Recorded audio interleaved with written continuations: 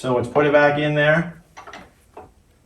So our blades are made of high quality SK5 steel. So let's see, we're just gonna keep going and see what happens.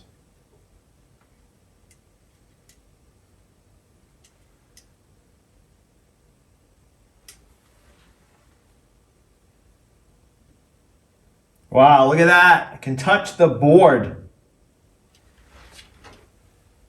So let's let it go. Let's undo it. Slight bend right where that was. Can you see that? But ever so slight. Just barely an angle for going that far. You're never gonna get caught in a branch and, and bend it. What is that? That's like, this would be 90, this would be 180. So that's probably like 135 degrees or so.